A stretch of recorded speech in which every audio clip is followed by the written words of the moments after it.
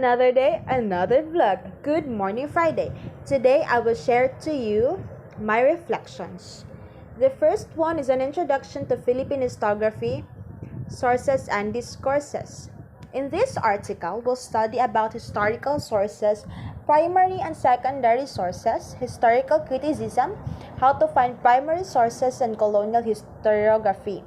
Historiography is important in our lives because it explains why historical events are understood differently throughout time. The Philippines has many resources for learning about the history of our country. The National Library and the National Archive can provide us with historical information. Colonial historiography can assist us in comprehending and appreciating our cultural legacy.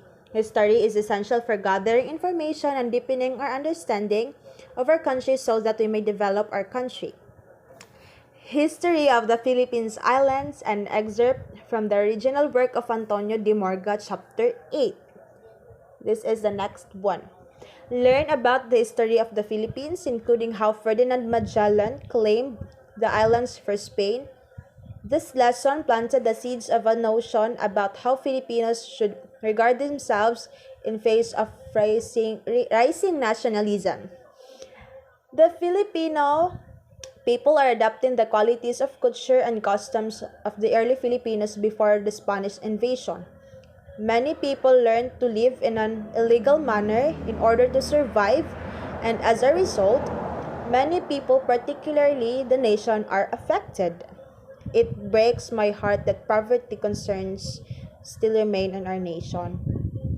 Okay, guys, I hope you're still there watching my video. The next one, the Manungo jar. A jar was discovered in the 1960s at Manungo Cave in Lipuon Point, Palawan. It is dated to the late Neolithic period, roughly 890 to 710 BC. Curvilinear scroll motifs are etched to the upper portion of the jar and painted with natural iron or hematite. The Manungo jar is regarded as a living testament of the Filipinos' common cultural heritage with their Austronesian forefathers. It can be found in various parts of the Philippines and among diverse ethnic groups. Despite the diversity of Philippine civilization, it offered us testimony of our common heritage with Austronesians.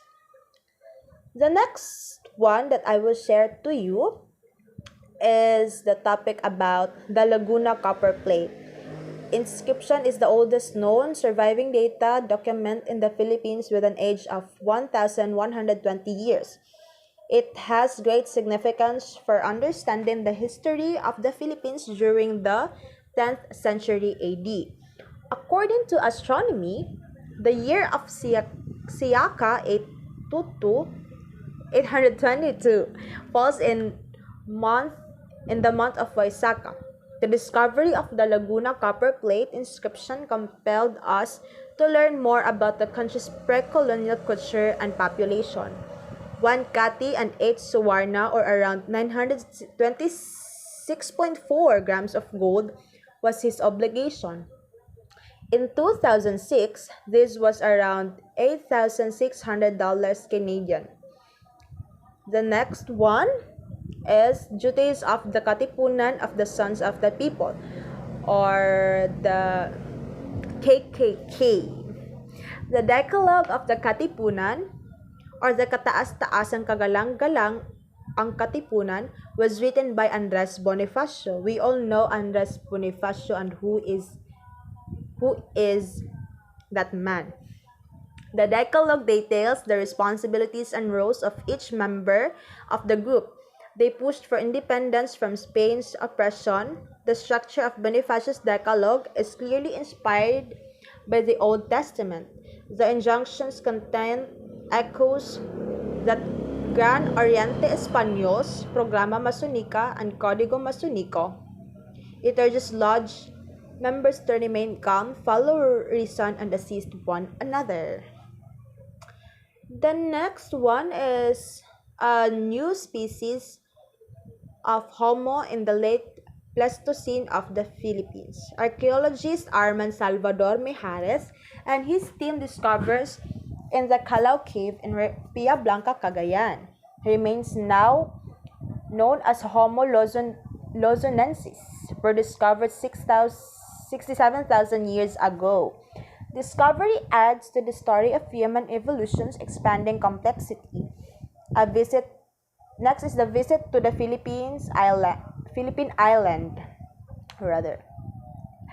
Franciscan friars, wild power that would appear mystical if it weren't for their celestial believers. Their convents are virtually palatial, with sumptuous courts, grounds, and gardens. The submission of religious power to the state is a critical issue that must be addressed. John Bowery. He says, "It warms my heart to see how others feel about our country. The most significant attribute of being a Filipino is our love for our own people." For any Filipino, learning more about how other people define our islands is a fantastic chance. The next one, Acta de la Proclamación de Independencia del Pueblo Filipino. Oh my gosh. Ambrosio Rianzares Bautista was a lawyer and advisor to General Emilio Aguinaldo before the outbreak of the 1896 Philippine Revolution. He was a known supporter of reforms. The independence document was read by him before a crowd who attended the ceremony in June 18, 1988. The last one that I will share to you is the supplemental topic. It is from our very own Sir Roland Dalagan. It is entitled Historical Thinking. Knowing and understanding the past is critical to understanding the present. It teaches us numerous life lessons, including how to be open-minded and disciplined. I can say that I am pleased because at some point in my life, I will learn about Philippine history, which will assist me in improving my life. Hope you guys enjoyed my video, and the next part is coming, or should I say the part 2.